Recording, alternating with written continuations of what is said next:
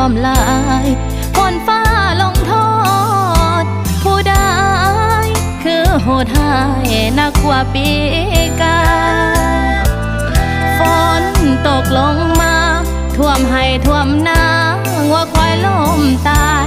เพื่อนสานบ้านสองพี่น้องทั้งหลายถูกฝังเสียหายหมดแล้วละนาน้ำตาหลั่งลิ้นไหลเข้าของเครื่องใช้จมหายสาบสูญขอฝากไปถึงผู้มีใจบุญช่วยเกื้อกูลอาหารยุกยามเครื่องห่มกันหนาวของพี่น้องเฮายังเหลือบ่นาเป็นอาหารแห้งน้ำดื่มส่งมาฝากหน่วยอาสามาเป็นแห้งใจช่วยกันแน่เด้อช่วยกันแน่เด้อข้าวนี้เป็นข้าวสารเครื่องนุ่งก็ดีฝากมาทางนี้ให้พี่น้องเฮาได้บ่ลืมบุญคุณดอกเด้อ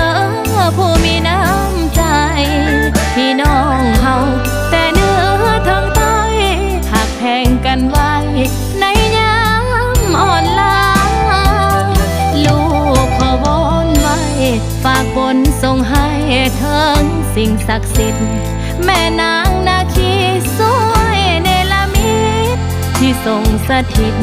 อยู่ในคงคาอย่าลงโทษท่านบนสวรรค์เข้าใจเถิดนาขอวิงวอนเจ้าแม่คงคาช่วยภาวนาให้น้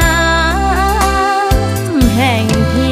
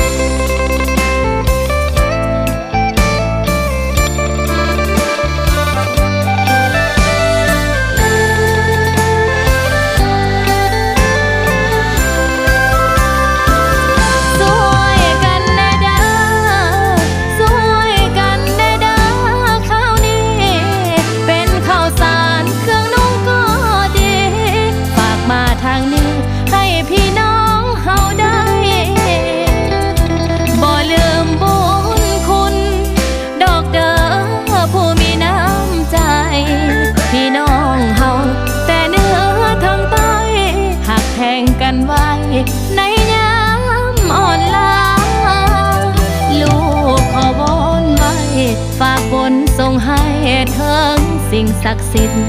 แม่นางนาคีสวยเนรมิตที่ทรงสถิตอยู่ใน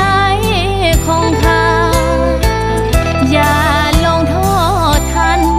บนสวรรค์เข้าใจเถิดนา